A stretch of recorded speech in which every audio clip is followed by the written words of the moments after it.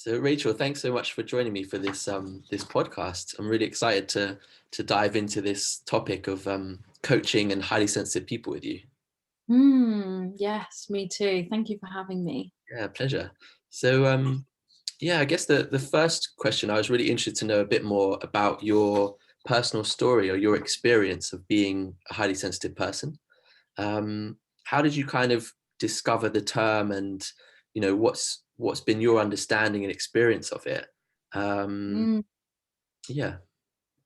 yeah. Um, okay, so my my journey to discovering about highly sensitive people and high sensitivity has been yeah, gosh, it's so growing up, I was obviously a very highly sensitive child, but didn't know I was highly sensitive. Didn't really have, I guess, yeah, no one else really knew. My experiences were that I was just extremely sensitive, and I guess felt everything so deeply. And I grew up, I guess, having the label that I was shy, which I was. I was painfully shy. I found um, social situations very exhausting and overwhelming. And I guess this pattern like happened throughout my whole life, where I suffered a lot with anxiety.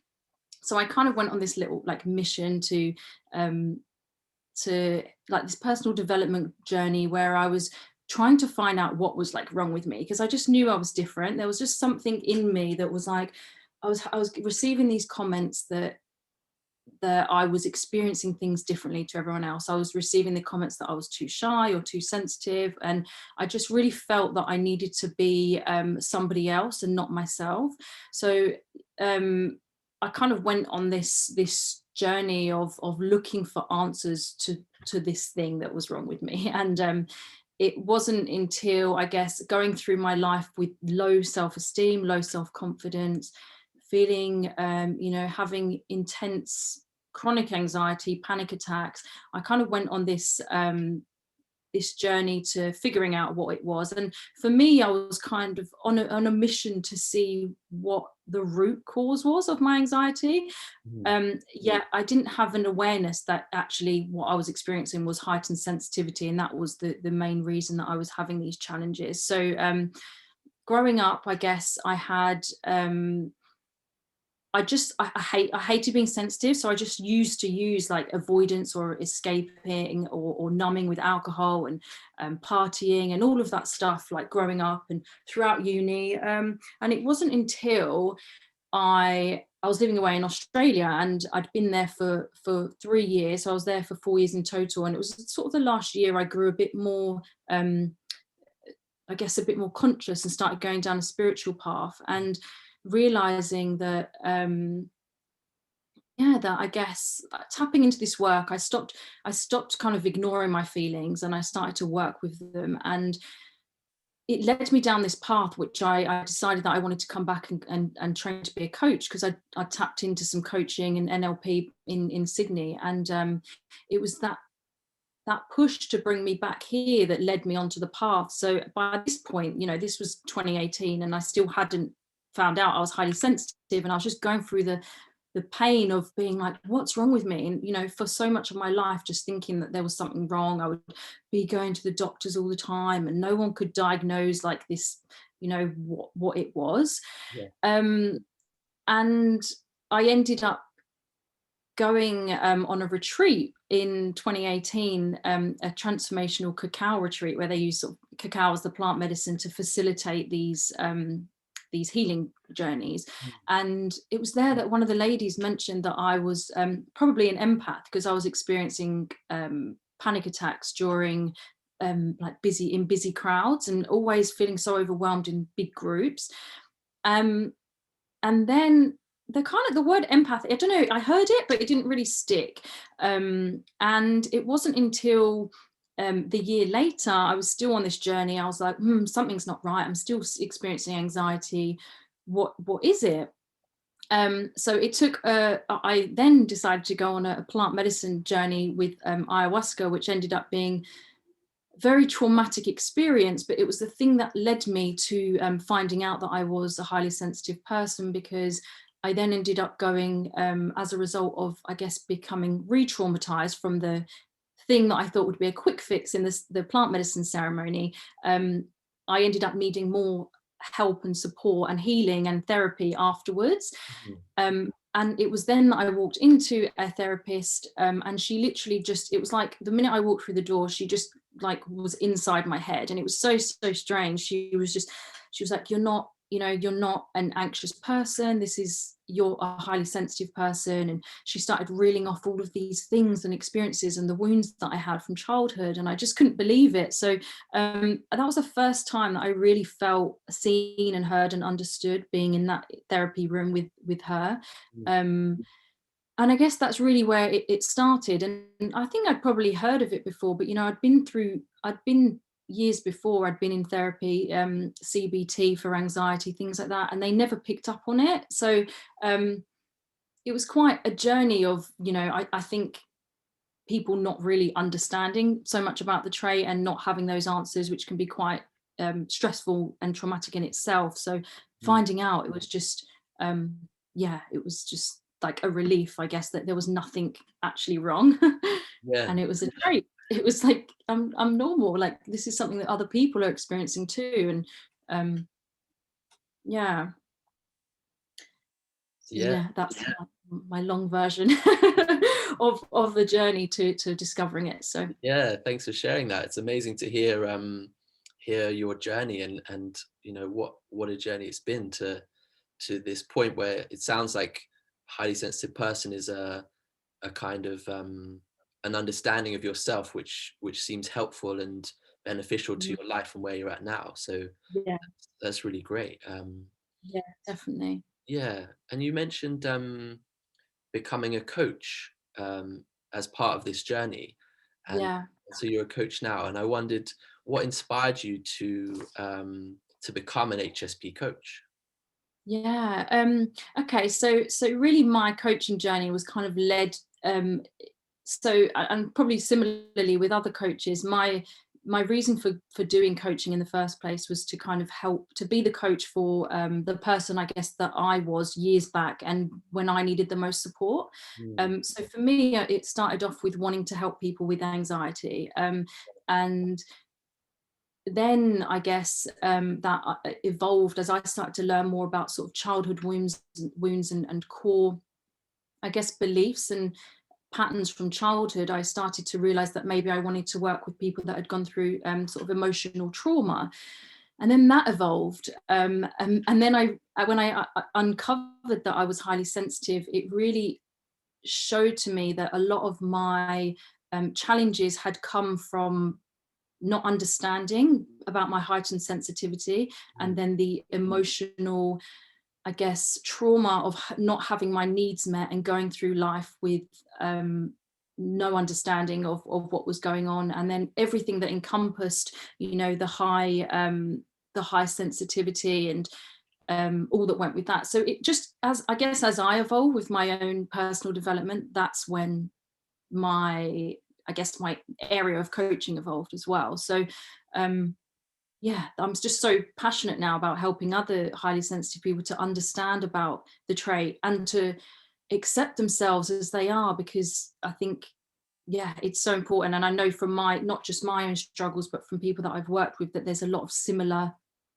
patterns with the experiences that we have. mm.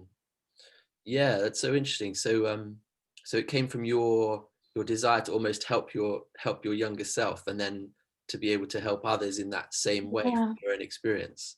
Yeah, and you yeah, mentioned yeah, absolutely. kind of seeing some, well, helping people understand the trait, and then seeing some Yeah. patterns. And I wondered what have you learned from coaching highly sensitive people in terms of, you know, behaviors and patterns, and any kind of commonalities that you've seen emerged in your work. Yeah. So there's a lot of so I guess kind of the initial presenting challenge for a lot of highly sensitive people has been sort of the overwhelm or the overstimulation. Mm, That's kind of been the key thing that people have come to me with. And I think underneath that is uncovering that there's a lot of well, one of the big things is perfectionism. This need to kind of yeah, perfectionism is a trait that I've really found in a lot of highly sensitive people. This need to just, I guess, control external factors, and to have that, maybe, you know, to get the external validation from certain achievements because they were lacking it elsewhere. So mm, that's been a really big one. mhm, um Relationships has been another big one. So relationships with self, and also with, you know, intimate relationships, relationship with family, all of those things. And I think that's really stemmed from having being really disconnected from themselves through growing up, maybe hearing that they need to be someone else in order to be accepted in the world. And that's then sort of had that impact on how they show up, how they relate to themselves, and also in their, yeah, intimate relationships, and a lot of sort of insecure attachments, and not feeling safe in relationships. So um they're the real big ones. I think there's a lot. The work that I am really passionate about is helping people connect to their sort of authentic self, and to show up confidently, embrace their sensitivity. And a lot of sensitive people that have come to me have had the low self-esteem and the low self-confidence, which I think is, I guess it's kind of a symptom of not being connected to their true self. mhm, So yeah, I would say they're the main.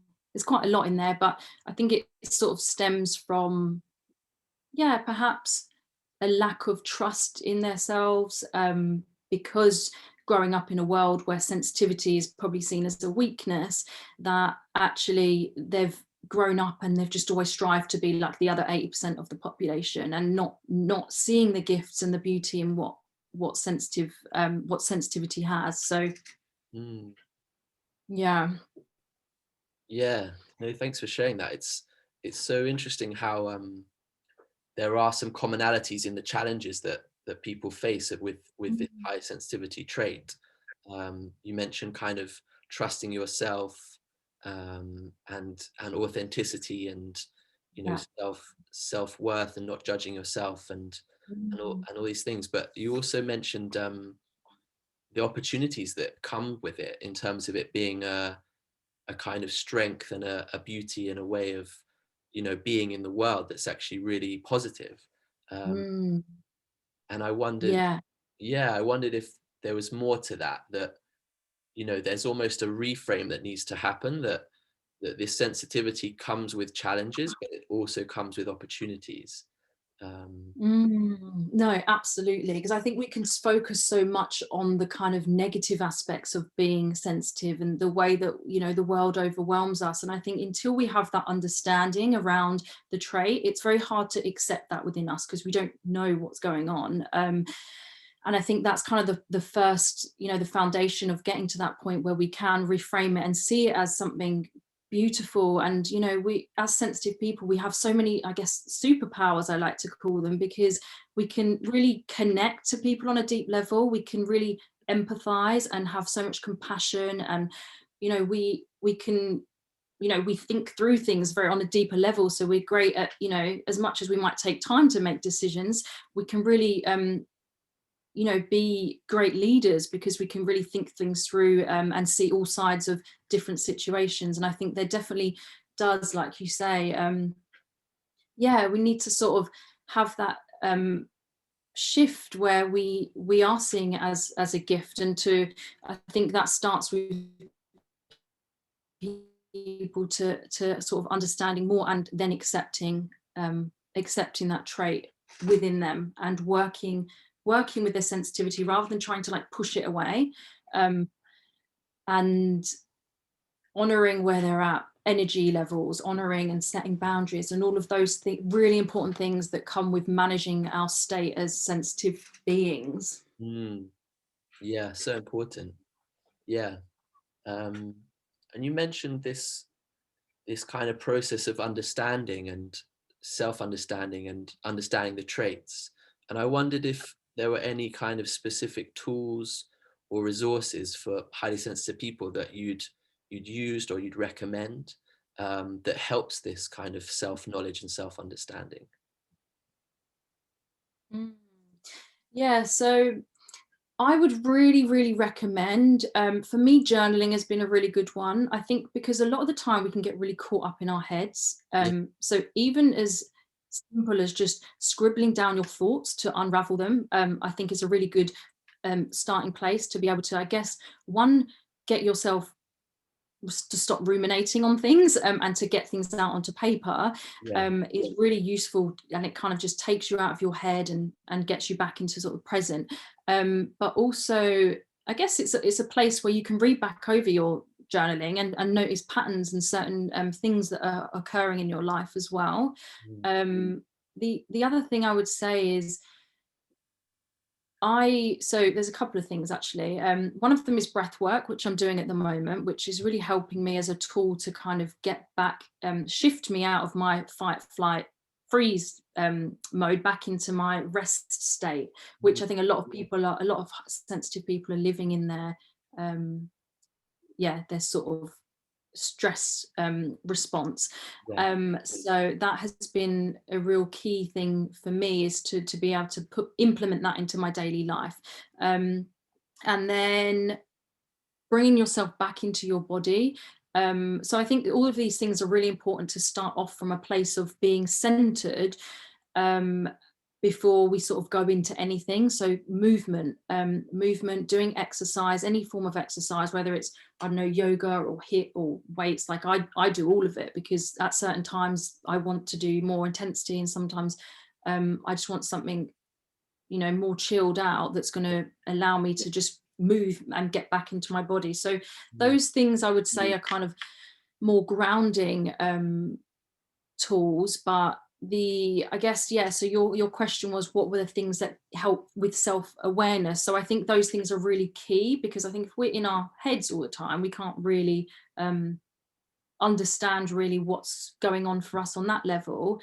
But I think educating ourselves, I don't know if you're maybe going to come onto this in a moment, but I think educating ourselves around the trait is so important as well. It's something that I think is so key to be able to first accept, understand, and then we can accept and start to work with how our sensitive nervous systems work, understanding our energy. mm. So much value in there. Yeah. So you mentioned a few things. So journaling, breath work, movement and exercise, getting into your body. Um, Yeah. I think these are also key, because I think it's quite common, especially in our current world, as well as being sensitive, to spend a lot of time like up here, up in the head space, and it to be very like thought driven and cognitive. So I love this idea of getting more embodied, and to be feeling, you mentioned the word grounded, Yeah. and I think that's so important, especially if you are feeling, this sense of sensitivity or overwhelm, or heightened kind of experience, to know that you feel safe in your body. And yeah, I mean, wow, my curiosity goes a few ways, but I wondered, with the breath work you're doing, is Yeah. it about just deep breathing and slow breathing, or are there techniques that someone could use to help them like calm down, or how does the breath work that you've done, kind of, Yeah. how does it fit in? Yeah. So I've done quite a few different things. So there's a good, so one of the tools that can be used on a daily basis, I think, and then it came from sort of the Navy SEALs, that is box breathing, which I'm not sure if you're familiar with, but so yeah, it's so I vary the box breathing, because I prefer to have a longer exhale. So with the box breath, it can be done, I guess, for a few minutes before, I don't know, perhaps if you're feeling, before you want to go into something, just to calm your nerves, if you're just feeling a bit uncentered. So I do 4 breaths in, 4-minute hold, 6 breaths out on the exhale, and then a 2-minute hold. And that's the pattern that I choose to do, because it helps me, if I'm, especially if I'm so shallow breathing and hyperventilating. I need to get that air back balanced. But Yeah, so I'm actually working with a Wim Hof facilitator at the moment to great. get to do the Wim Hof breathing, and we're going through our practices at the moment, and a lot of it's really, for me, what I'm finding very useful is to have a grounding breath. These are the exercises to kind of build up to the Wim Hof. So the exercise that I'm finding very grounding at the minute is to be in child's pose Mm. and to breathe. And as you breathe and you relax out on your exhale, you're fully trusting your exhale because you're so supported in that position. And for me, that's worked really, really well to kind of shift my breath from my chest Mhm. into my stomach, because quite often, I think, and a lot of people can, and when I get really stressed, my breath starts to get very up here, and I start to like get really sore, like neck and shoulders. And yeah, so I found that really useful. And then the other one that I've done, which is almost a bit of a reset, is holotropic breath work, so through your mouth. Mhm. And it's sort of very it's you can do sort of, I don't know, 15-minute rounds, where you're, I guess, forced exhales. And that for me just resets me. So there's a few different things in there, Nice. depending on where you're at and what you feel your body needs. Yeah, great. They sound really Mm, like powerful techniques. Um, I guess yeah, as a side note, I guess it's worth doing it with someone who knows, like who can yeah, instruct you or who can kind of show you how to do it, I guess. absolutely. Yeah, I would recommend that definitely, to go and find somebody who is sort of trained in that, because especially if you're so used, like you're in sort of a paradoxical breath, which is a breath where you're breathing the opposite way that we should. Mm. um it's going to take you a while to just got to train yourself out of that. So I think it's so important that you get someone to help you show the right way, for Yeah, sure. yeah, brilliant. And you also mentioned journaling, which I found really useful. And Yeah. um, what popped into my mind was, have you ever heard of the book The Artist's Way? Yeah, I started reading that, but yeah, what are Yeah, your thoughts? yeah. Just I haven't actually read it, but a few people have recommended it to me. And one of the tools that they use in there is called morning pages. And when you were Yeah, talking, it just popped into my mind where I think the morning pages is where you wake up in the morning and then you just write down 1 or 2 pages of what's in your mind. So you yeah. kind of like almost reset and empty the mind fresh for the day. And it's Mm, supposed to be quite an open, creative space. And I think the whole point in the artist's way is to reconnect with your kind of creativity and your openness to life. So yeah, that's what came to my mind when you mentioned journaling as well. yeah, definitely. I think that's so important, just to kind of allow yourself that free flow, because I think like you can notice it instantly. I think once you've done, like, even just 5 or 10 minutes of writing, it's like, oh, I don't have to, like, it's like you're just getting them out there, and it's just that your energy and your focus just shifts, Mhm. because it's almost like, I don't know, I think there's sort of a need to be, yeah, to for me anyway, to have, if I can't speak what I want to say, I need to get them out some way. So Yeah, yeah, I think it's so beneficial to do that. And if you can't in the morning especially, but also, yeah, at night as well, it works just as effectively in the evening, whenever you feel. yeah, Yeah. brilliant. And I know you covered a few already, but I wondered if you have 3 key takeaways for highly sensitive people that people could think about or use or act upon, and maybe they're similar to what you've already covered, or maybe you have something else in mind. Yeah. So I might have mentioned one again, but just before, but I'll mention that again. Educating yourself, I think, is one of the most important things to do. So by that, I just mean getting to know as much as you can about being a highly sensitive person, what it means, understanding these things that are associated with the trait, so that I guess we don't go off into these stories of anxiety and start to think that, there's something wrong with us, and to really understand that what we have and what we're experiencing is real and it's totally valid, and that all of these things are part of this trait. And I think then we can come on to a place of actually getting to know ourselves as individuals and what works for us. So from an energetic sort of perspective, what drains us, what energizes us, and setting really, this is the place where we sort of begin to set important and firm boundaries, and are able to honor where our needs are, and to be able to really, because boundaries is a huge thing, and the tendency to want to people please and make sure that everyone else is okay before we're okay. It's almost that belief that we think that everybody else has to be okay, otherwise we're not okay. And all of this starts with understanding where we're at, so we're not giving too much away, and that we can be fully centered in ourselves and show up as our best selves before we can give to others, because a lot of highly sensitive people want to do that. We want meaningful relationships and things, and we want to be able to help other people, and a lot of HSPs are really in that line of work as well. So it's so important that we're doing that work on ourselves, to educate and know ourselves better before we do that. And I think then that leads me on to the other thing, which we do, as I said, meaningful conversations. We do have this need for deep connection.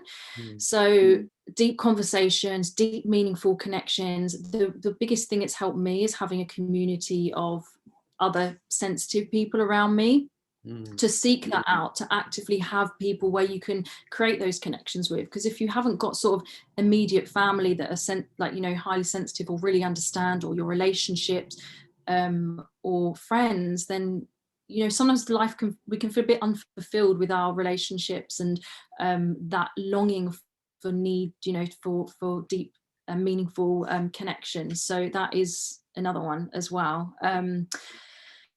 And then the other thing is, I would say, get some, for me, I would say having support, one-on-one support, with whether that's a coach, a healer, a therapist, or a mentor, someone that can kind of guide you through and hold you in, going through this healing work as well, or not even necessarily healing work, but if there's the thing that I found very useful is, because we can be so in our heads, it just helps to have that one person who can just be fully present with us and listen to us, and just allow that space to be heard and to be seen, and just to know that you've got that support to be there as a guide for you as well. I think that's really, really important.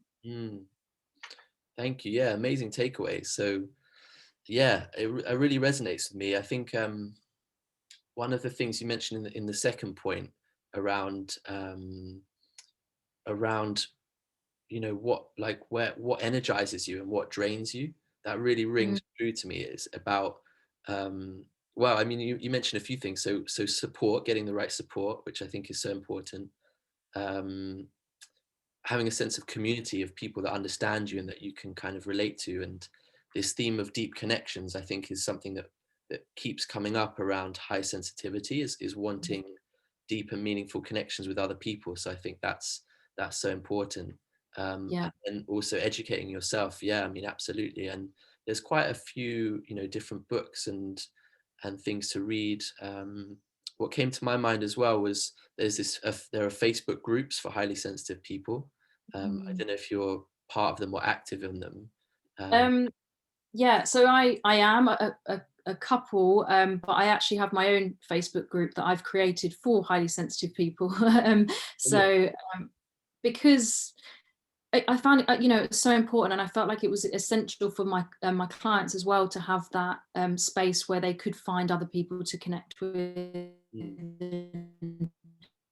and share, and know that there's no judgment. And it's almost like, I don't know, this sort of sense of just knowing that we can go to other people, and they're going to be there and listening, and that we share similar experiences. So yeah, amazing.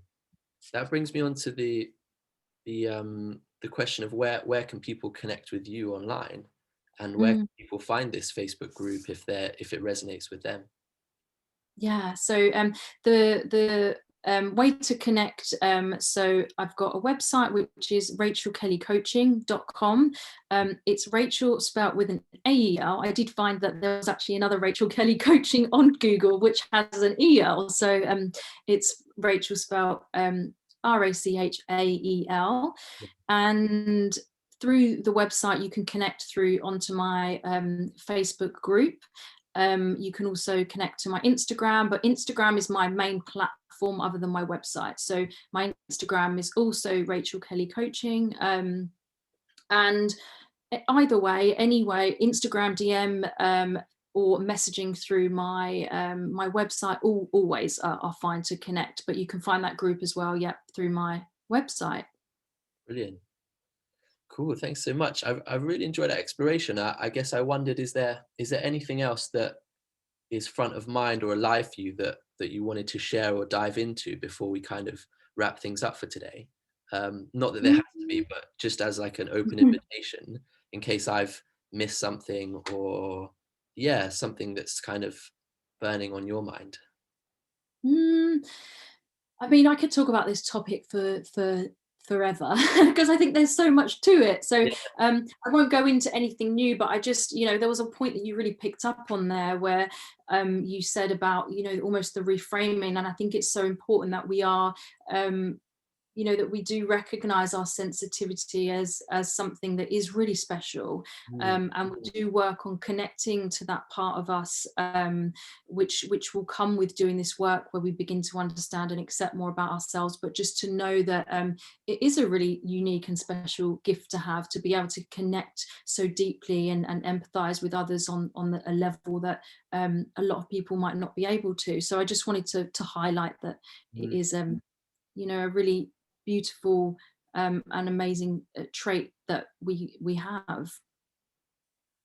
Absolutely. Yeah. Couldn't agree more.